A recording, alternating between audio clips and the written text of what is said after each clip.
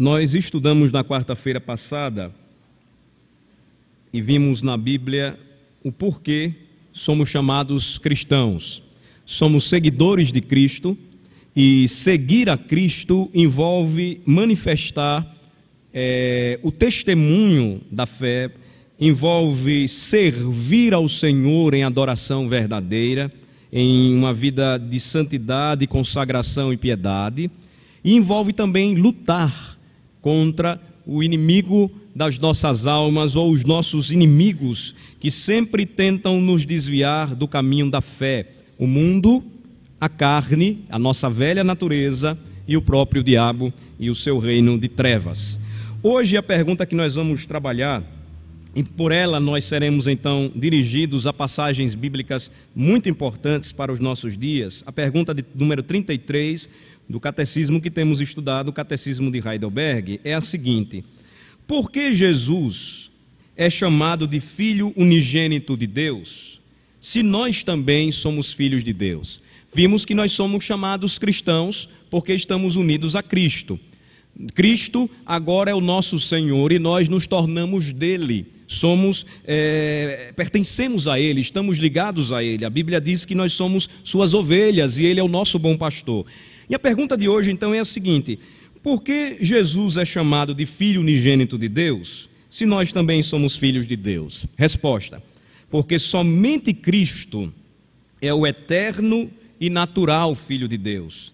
Nós, contudo, somos filhos de Deus por adoção, pela graça, por causa de Cristo.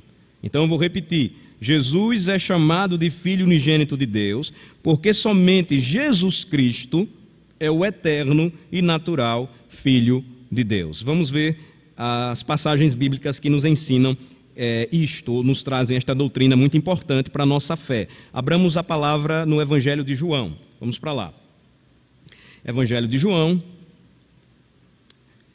primeiro capítulo de número 1.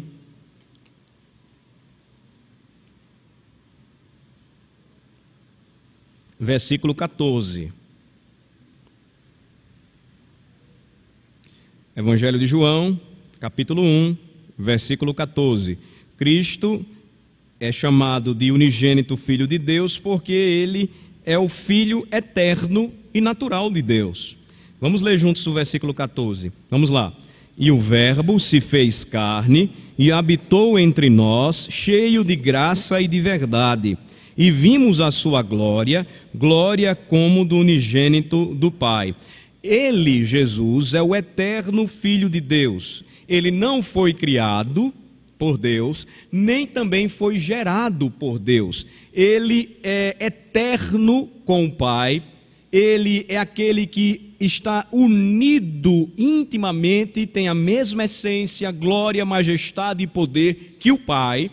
E não é como as demais criaturas. Ele é Deus com Deus. Ele é Senhor com o Senhor de toda a terra. Na realidade, os títulos que Jesus Cristo recebeu e que a Bíblia atesta, nos mostra, são os mesmos títulos que o Pai recebeu. A mesma maneira como o Pai se revelou ao homem, é a mesma forma, ou da mesma maneira, o Filho se revelou a nós. Vejam que aqui, no Evangelho de João, e o capítulo 1 é um capítulo que a grande parte de nós, ou a grande maioria aqui presente, conhece muito bem, nos mostra que no princípio Jesus já existia. No princípio era o Verbo, está aí no versículo 1.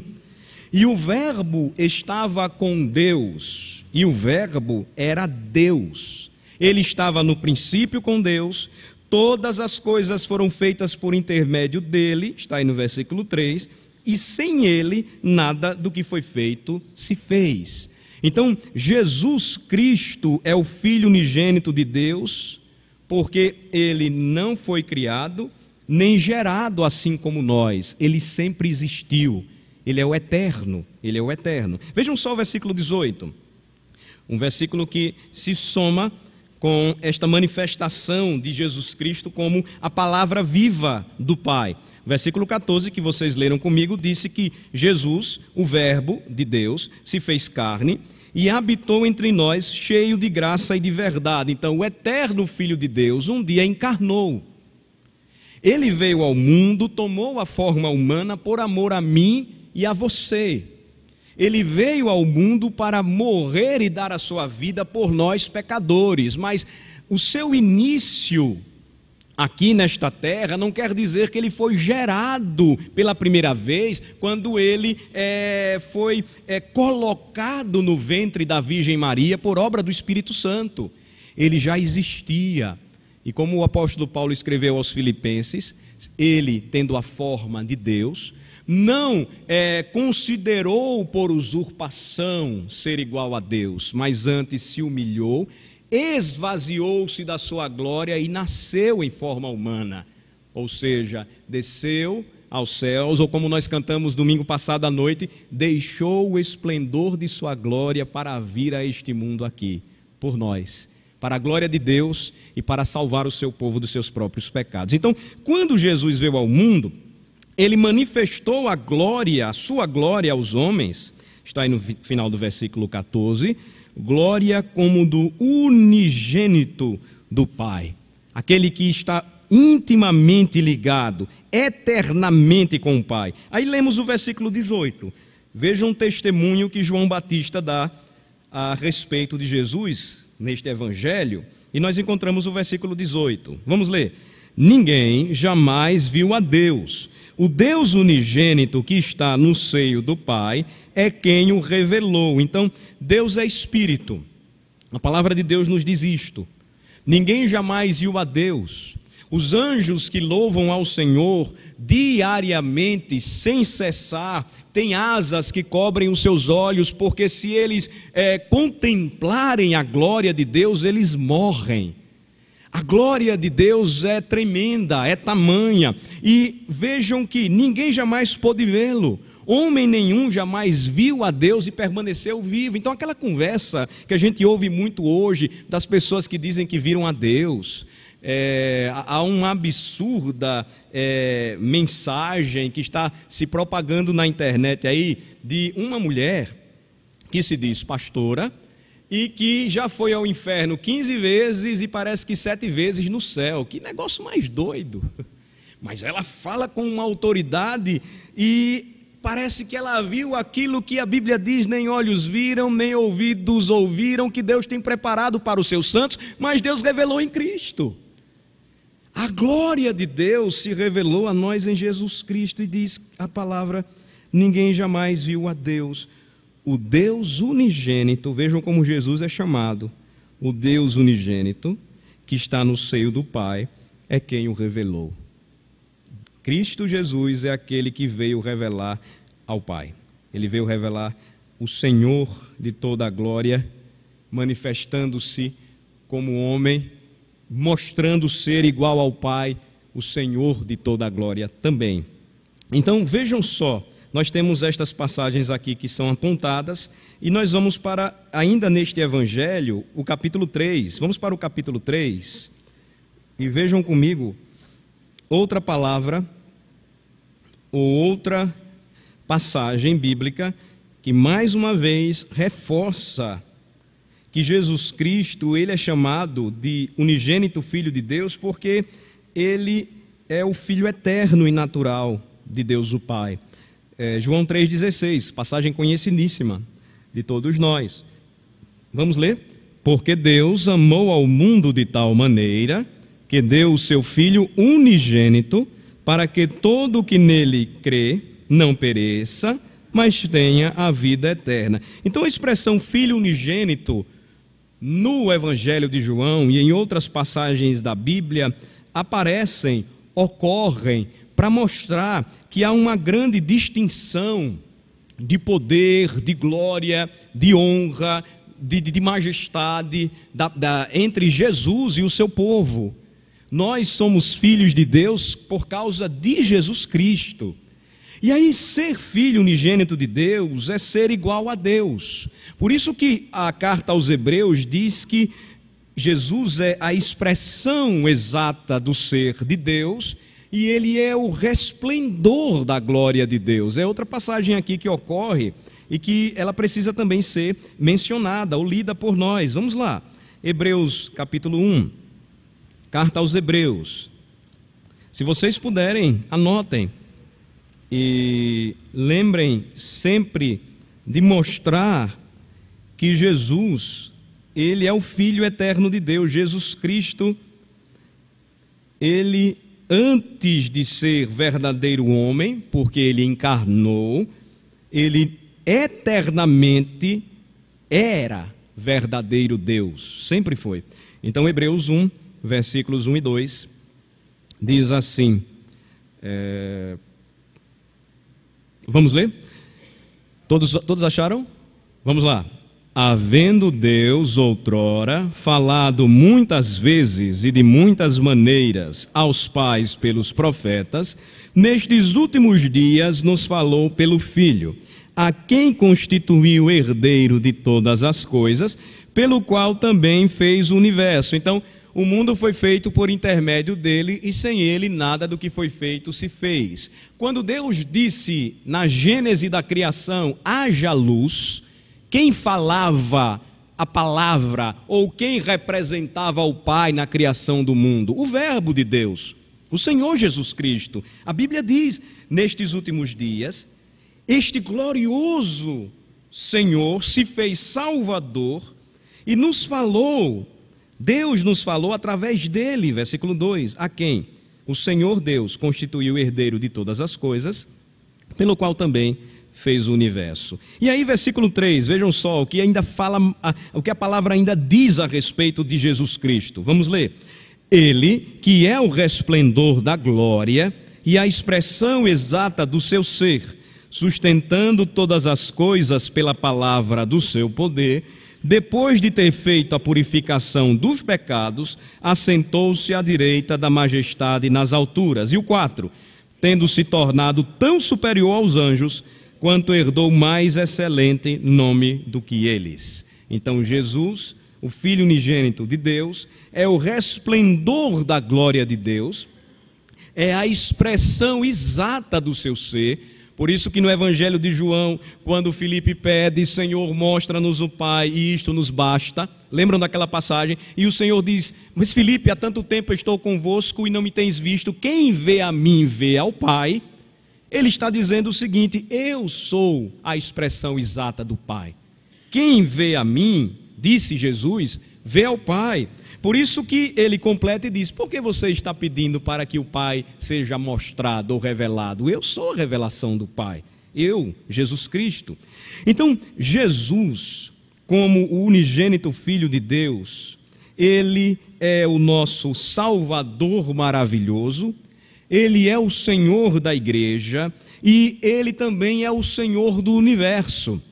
Ele não foi um grande profeta para a humanidade e simplesmente foi um grande homem.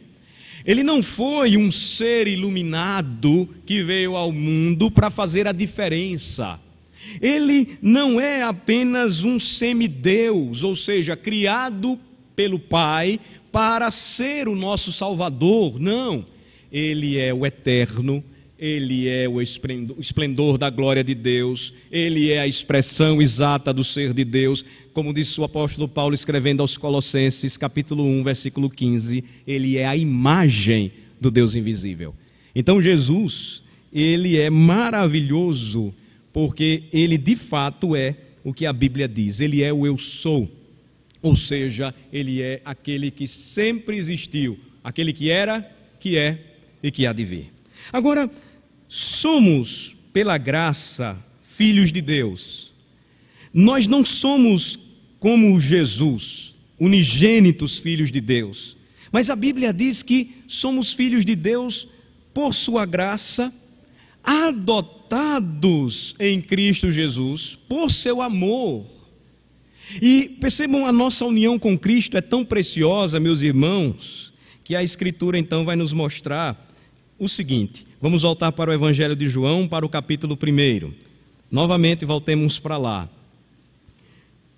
Porque eu e vocês precisamos muito de Jesus.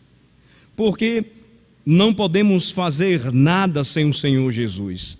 Porque ao nos afastarmos dele, ao nos desviarmos do caminho da fé, nós de repente enfraquecemos e fazemos aquilo que naturalmente somos inclinados a fazer: pecar, desagradar a Deus, quebrar as suas leis. Mas quando estamos mais próximos do Senhor, temos uma vida vitoriosa, uma vida santificada, uma vida onde nós confiamos no Senhor Jesus Cristo e vivemos pela graça, sentimos alegria em poder servi-lo, porque o que a Escritura nos diz é que se não for por Jesus Cristo, ou por causa de Cristo, não há esperança nenhuma para nós. Vejam só, Evangelho de João, capítulo 1, diz o seguinte, a partir do versículo 10, a palavra nos ensina: o Verbo estava no mundo, o mundo foi feito por intermédio dele, mas o mundo não o conheceu.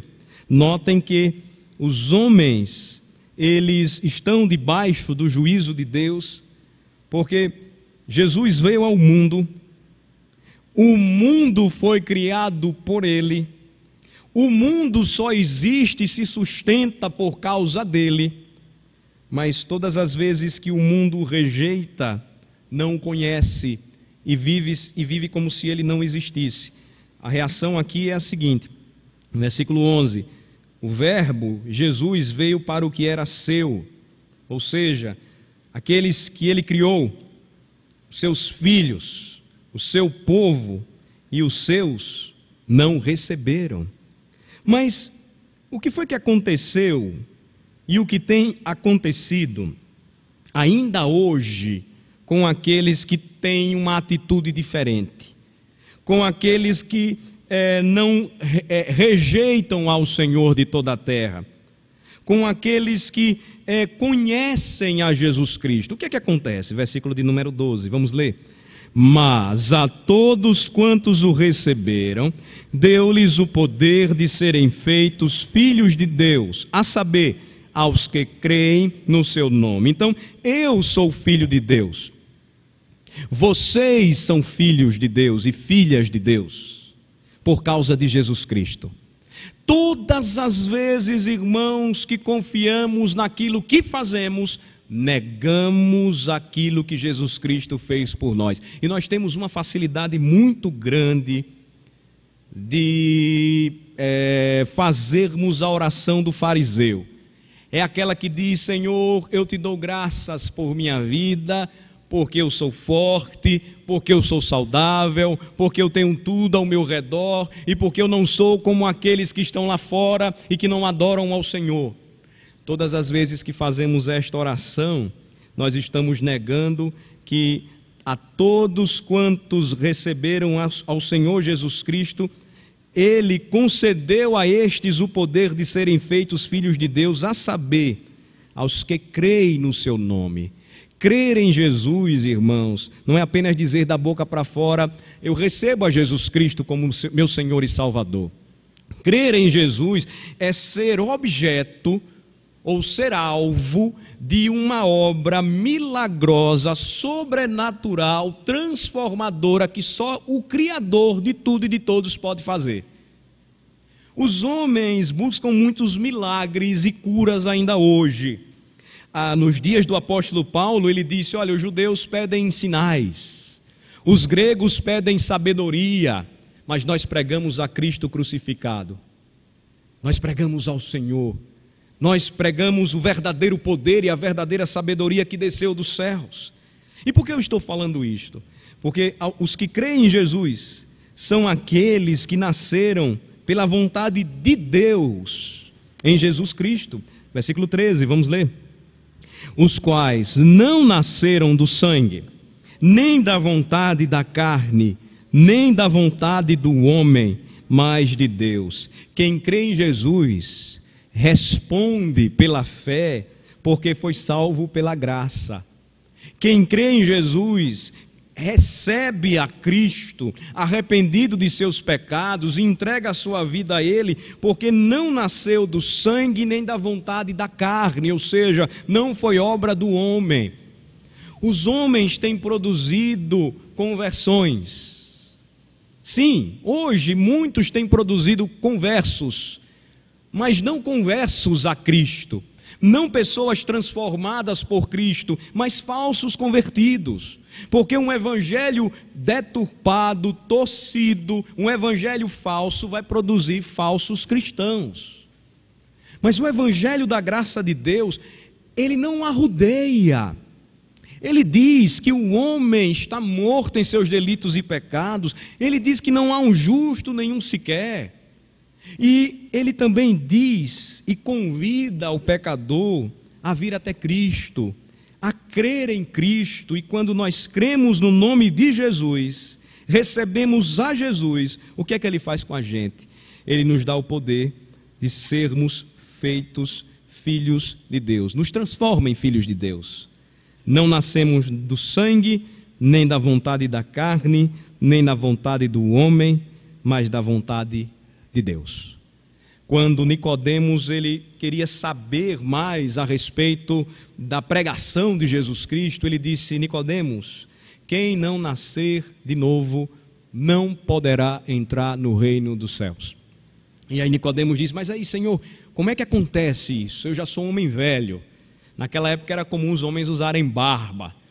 Podemos até imaginar, mas eu sou um homem barbado. Como é que vai funcionar? Eu vou voltar de novo para a barriga da minha mãe e preciso nascer novamente? Ele diz: não, quem não nascer da água e do Espírito não poderá ver o reino dos céus, não entrará no reino dos céus. Então, irmãos, o caminho é pela graça.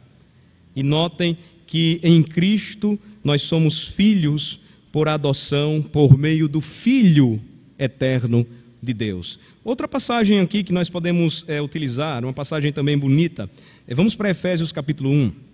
Abram comigo em Efésios capítulo 1.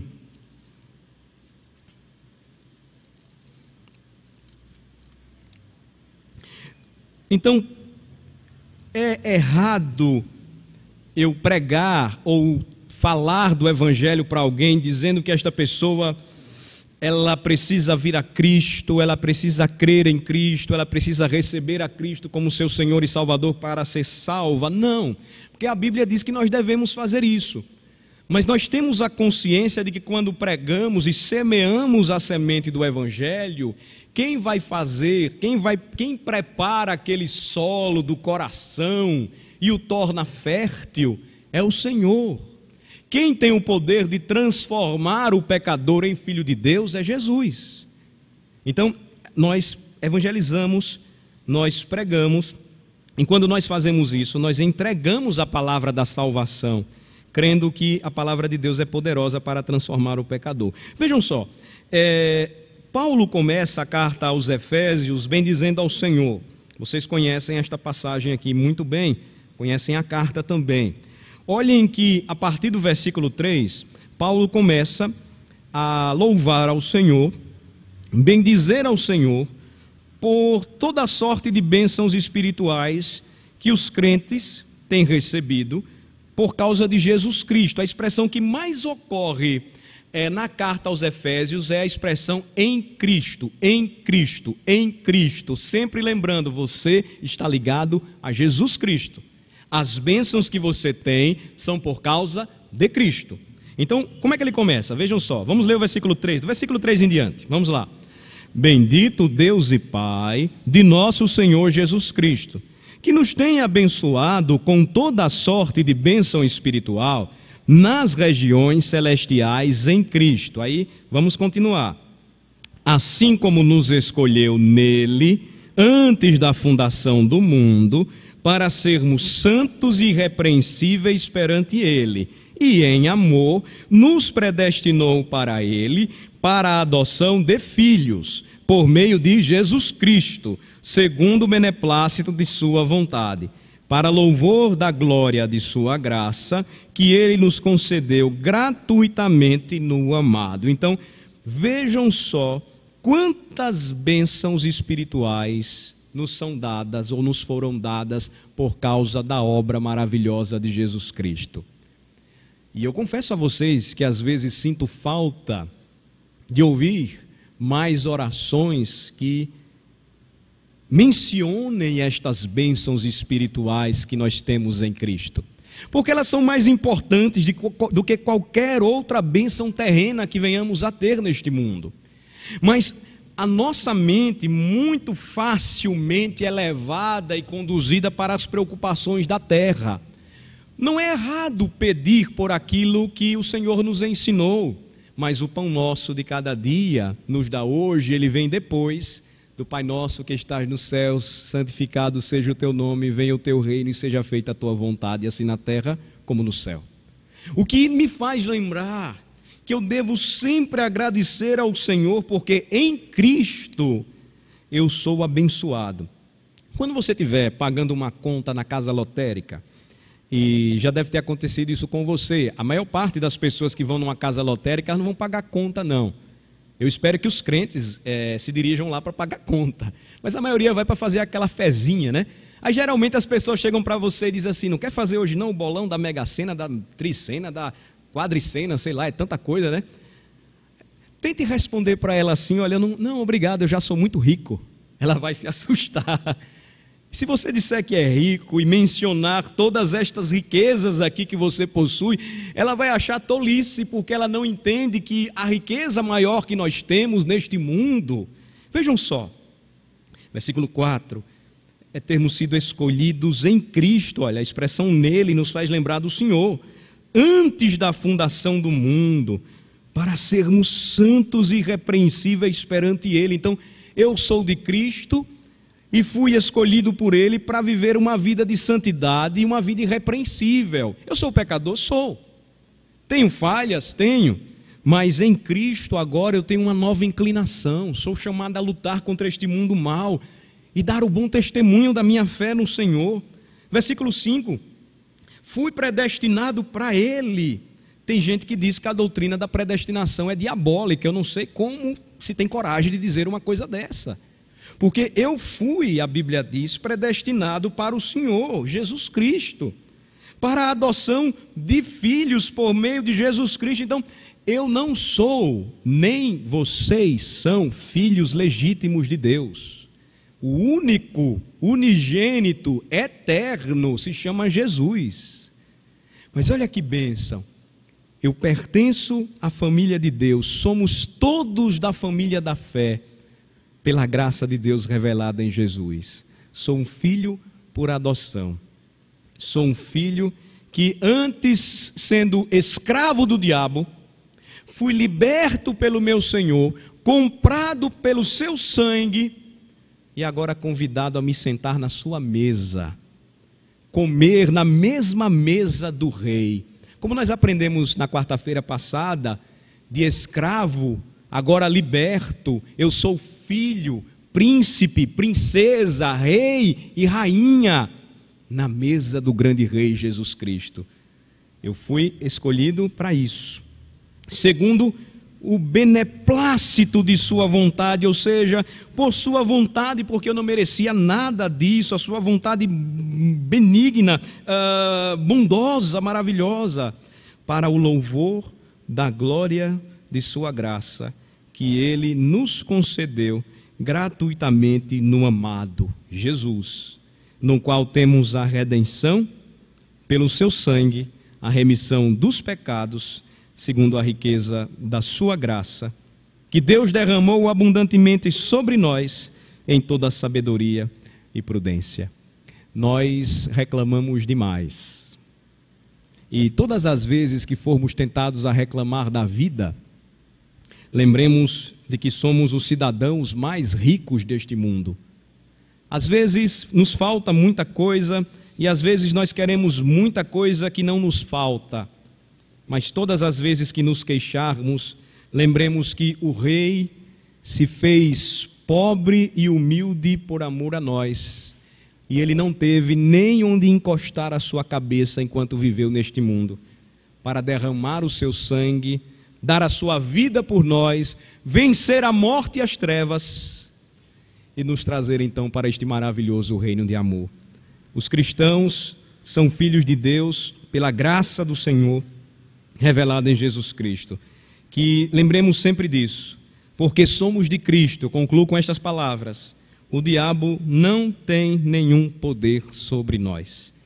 não pega macumba, não pega mal olhado, não pega nada disso.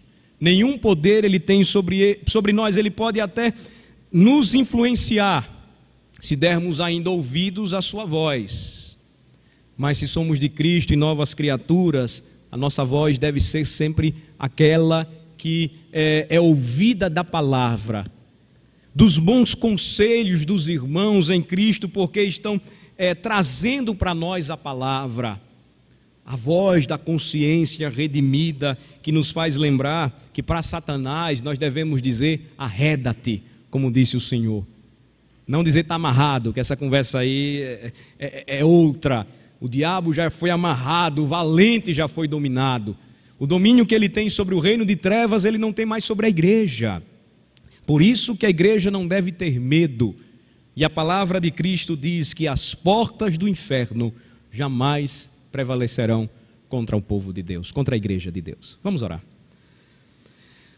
Ó Senhor, nós te agradecemos muito por Jesus Cristo, o teu Filho unigênito, eternamente com o Senhor, verdadeiro Deus, verdadeiro homem, porque encarnou na plenitude do tempo para vir ao mundo e ser o nosso sacrifício, a nossa salvação, e venceu a morte, ressuscitando ao terceiro dia, para nos justificar diante do Senhor, por seu sangue, por sua obra de salvação, nos transformar, nós os que cremos pela fé, em filhos de Deus.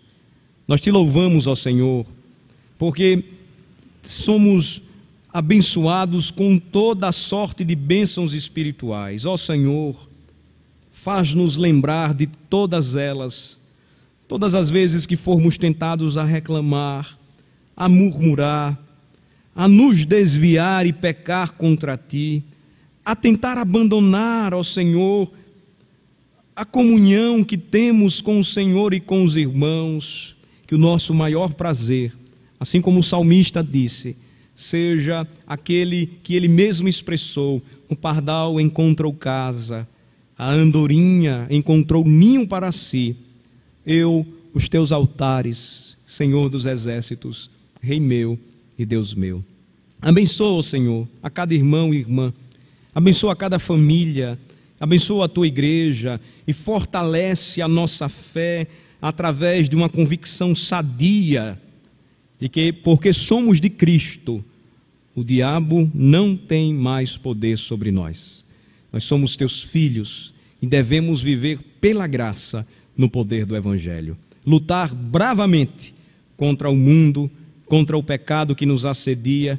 Devemos buscar sempre piedosamente, com um coração cheio de fervor e desejo santo, servi-lo, servir aos irmãos, amá-lo, amar aos irmãos, testemunhar de Cristo até a sua volta gloriosa. Oramos assim, em nome de Jesus. Amém.